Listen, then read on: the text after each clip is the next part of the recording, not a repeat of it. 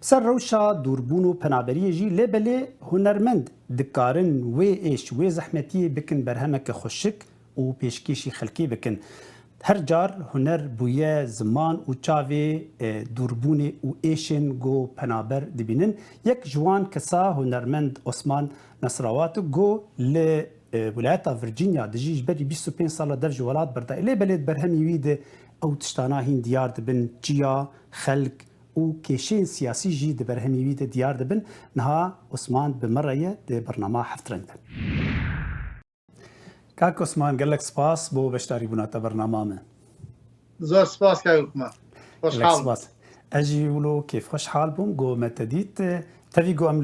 لجیه کینه لیبلید جبر روشا کرونا مخصكم تدريا سكاي بكن ميفان كاك عثمان دمك دو مدريج تل امريكاي و تكاري هنريج هين بردوام دكي و اف صاله داوي صاله كلكي خراب وراستي صاله كورونا بو هر تشت راحت راوستاندن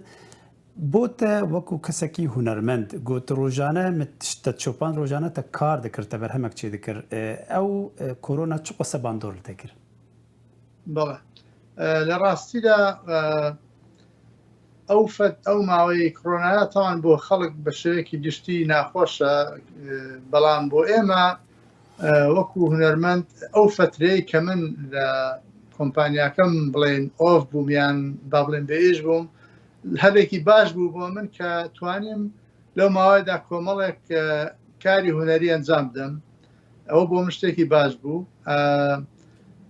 بەڵام فترەکەی ئێمە کەم بوو ڕاستی بڵین مانەوەمان لە ماڵەوە زۆر نەبوو بەڵام لەگەڵ ئەوەشدا جارێککە با بڵین بە شێوەیەکی باشتر هاتمەوە ناو کاری هونەری و فعالیت و چالاکی زۆرتر بوو لە ماڵەوە بەڕاستی و ئێستاش هەر بەردەوامم ڕۆژانە هەندێک کار دەکەم بە تایبەتی لە ڕۆژانی ویکەند لە جومعە شەممە یەکشەممە ئیشم نییە کاری هونەری بەردەوام دەکەم بەڵام کارەکان هەر لە ماڵەوەیە بە بۆنەی ئەو کۆرۆنایەوە ناتوانین پێشانگا بکەینەوە ناتوانین بەشداری چالاکی هونەری بکەین ئەو کێشانەمان هەیە دەنا لە ڕاستیدا کاری هونەریەکان بەردەوامە بەڵێ بله کاک عثمان دمک دو مدرج تل امریکای و بو نزیکی 25 ساله بلکی الامریکا دجی خلق نزانن روشا هنرمندا چایت خوازم هنکی تجبینر مر هنکی روشا کسکی هنرمند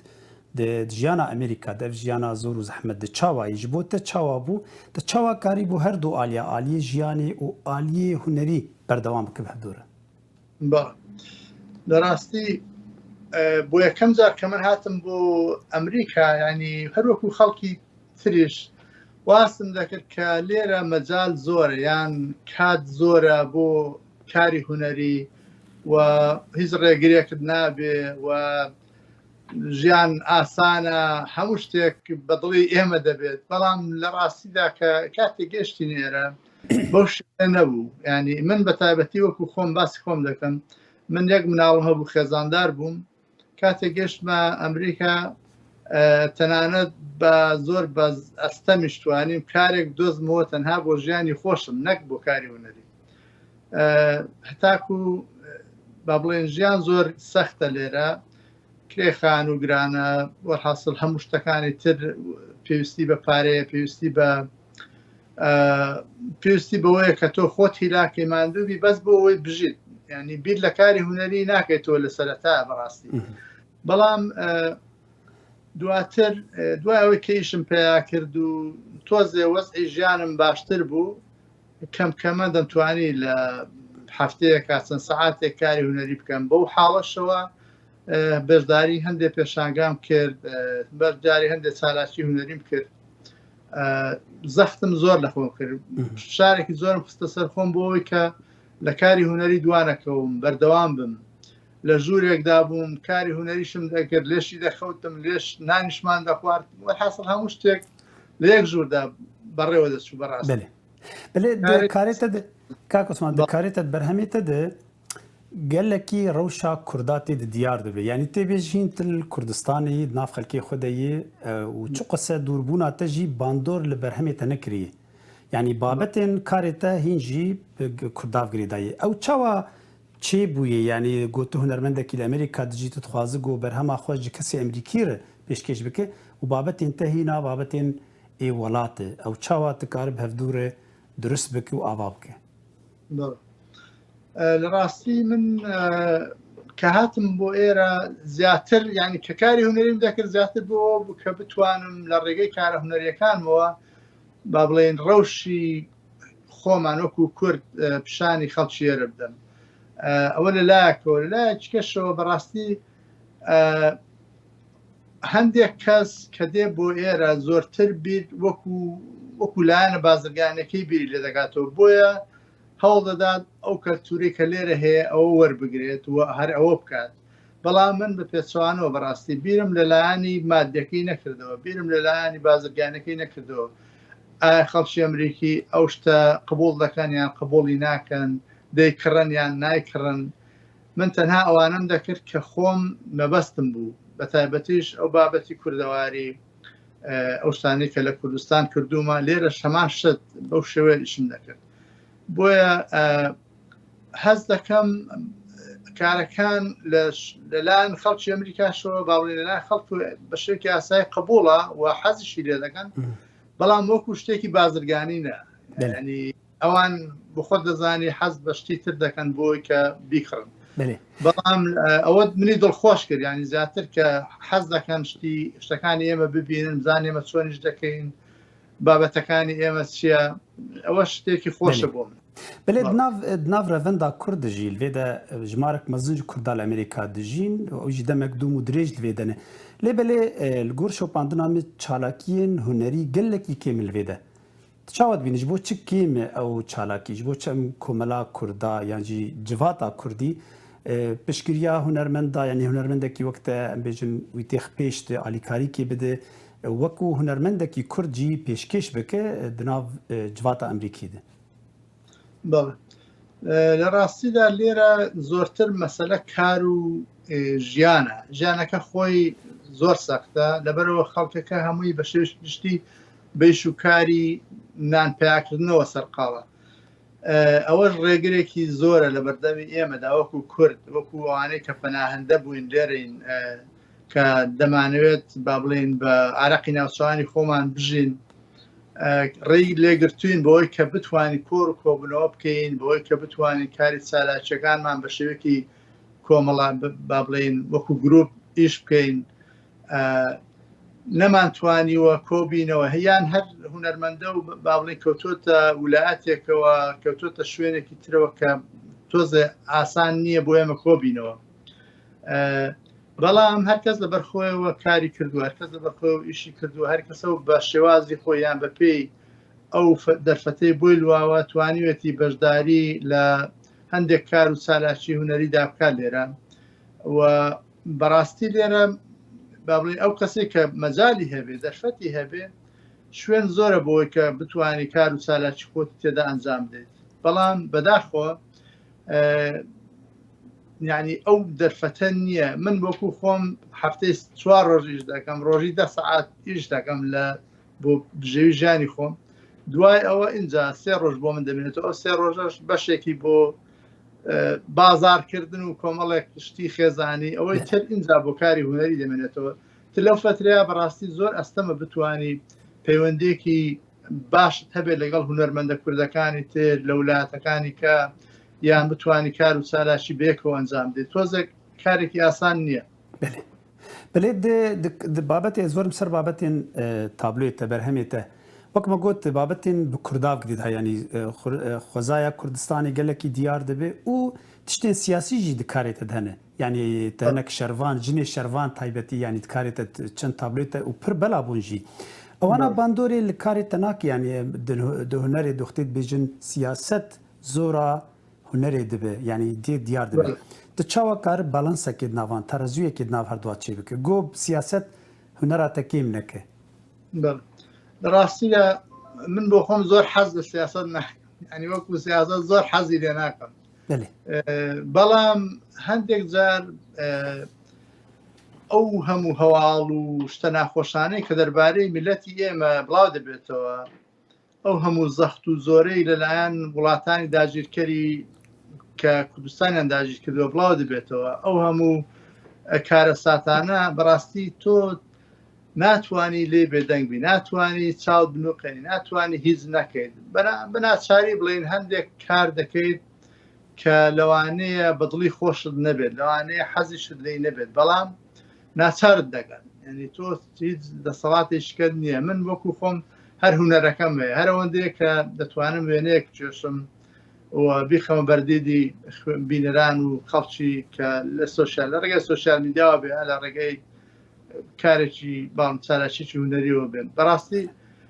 بۆ ئێمە من خۆم حەز دەکەم تەنها کاری هوەری بکەم و هوەرەکەم پەرە پێ بدەم، بەڵام هەندێک جار فشاری سیاسی یان ئەو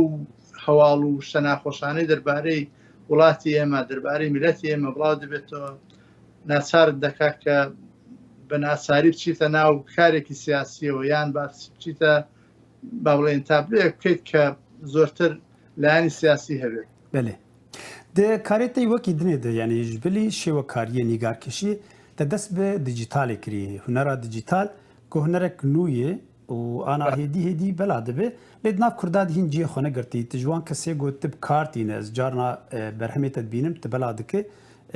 دیجیتال çawayîştere hinek nerazîn hinek hunermend dibêjin ew tiştekî sext e yanî ne rast e û hinek jî dibêjin ew hunereke ji bo paşerojî tu kar dike û te berhema jî pê dafirîn tu çawa bîne û ça girêdana te pêv çî bûyî خۆی هوەری دیجیتال با بڵێن وەکو چۆن با بڵێن موادەکانی کە بەکاردێ بۆ کاری ڕەسمکردن وەکو ئەکریلیک ڕەنگی ڕۆنی ڕەنگی ئاوی یان جۆرەکانی فڵچایا جۆرە کانڤاز یا وەرەقەکە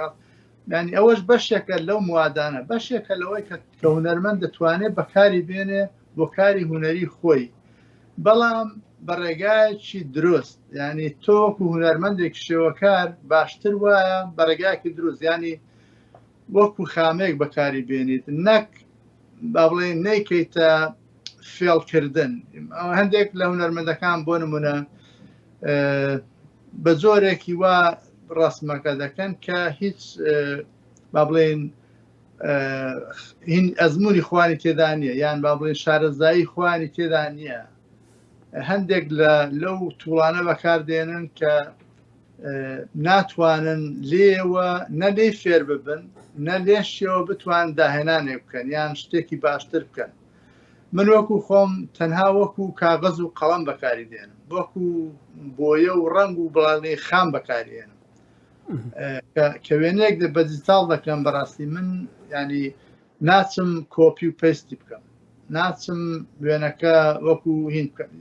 دێم چۆن لە ڕێگەی ڕسم و لە ڕێگەی زەید یان ئەکریلیک یان قەڵەم و کاغەزەوە وێنە دکێشم بە هەمان شێوە لەسەر ئایپادێک یان لەسەر با بڵێن کۆمپیوتەرەکەم بە هەمان شێوە ئیش دەکەم لەبەرەوە هەست دەکەم من وەکو خۆم چێژی لێ وەردەگرم و هەستیش دەکەم کە زۆرشتی تێدایە کە زۆر نزیکە لە ڕاستیەوە بەڕاستی حساتێکشی تێدا خۆش ji bo paşerojê em bêjin niha hêdî dî jiyan vedgerin normal û te jî gelek berhem hazirkirine planê te ji bo paşerojê hem de aliyê dijital de hem de aliyê şêwekarî nîgarkêşiyê de tu plan heye pêşengehekê li Amerîka li dervî Amerîka yan jî em bêjin di nav grupekî de çi çalakiyekê bike ji bo berhemên xwe بەڵێ ڕاستی نیازم هەیە دوای ئەو وەزعەکە مەسەلەی کۆرۆنا کۆتایی بێ نیازم وایە پێشانگایەک بە ئەو کارانەی کە تا ئێستا ئامادەم کردو پێشانگایەک ئەنجام بدەم لە هەر شوێنێک بێت چ لە واشنگتۆن بێ یان لەو شاری خۆمان بێ یان هەر شوێنێک کە هەڵبکەوێت یا ڕێبکەوێت حەز دەکەم بەڕاستی ئیشەکانم پیشان بدەم وەکو پێشانگایەک لە زانکۆیەک بێ یا لە گەلەرێک بێ لە هەر شوێنێک کە بگونجێ بلێ ez bêjim nihat ji bo karê em bêjin karê hunermendên li Amerîka yanî çend hunermend hene tu girêdan tu planekeyî got bigên hevdû تایبەتی ev kesê got li derve got bi hevdûr wek çalakiyekê grûpekî tijek ji wan kesayanî got vê deyî û wek te anî ziman jî te got dûrî hevdûne hunermendê me ê li Amerîka dijîn dûrî hevdûne. Ti plan heyî got bigên hevdû ji bo paşerojê em bêjin hem çalakiyên hevbeş bikin hem jî bigên hevdû baş nas bikin û karibin li vê de em bêjin tiştekî ava bikin navendek be yan jî grûpekî ava bikin ji bo hunerê. من زۆر پێم خۆشە و زۆر خۆشحاڵشم زۆر جارش بیرم لێ کردوێتەوە بەڵام لە ڕاستیدا هەنگاوم بۆ نەناوە بۆی کە گروپێکی وا دروست بکەین بەڵام ئەگەر کەسێکیان ئەگەر هەموو هونەرمەندانی کە لەناو ئەمریکا بە تایبەتی لەبەرەوە ئێمە لێرە دەژین ئەگەر بتوانین گروپێک دروست بکەین بێکەوە مای خۆشحاڵیە و لەوانەیە بتوانین کار و چالاکی باشیش بکەین و هەر هیچ نەبێ ساڵی جارێک دووجار پێشانگایەک لە شوێنێک بکەینەوە وەکو گرروپ من زۆر خۆشحاڵم بووە کە ئەگەر شتێکی وا هەبێ یان بەڕێز جەناب دەگەر پێست یان هەر کەسێکی تر من حەز دەکەم زۆر بەێ gelek spas ji bo beşdarîbûna te bernamê û serkeftinê dixwazim di her du beşên karê te de yê dîjîtal û yê nîgarkêşiyê jî serkeftî be. زۆر سپاس کاکخمانەوە بۆ جاری دووهەمە زۆر سپاس دەکەم و خۆشحاڵم کە هونەرمەندان بەسەر دەکەنەوە زۆر سپاسان دەکەین خۆشحاڵم سپاس بۆ بینەرەکانیش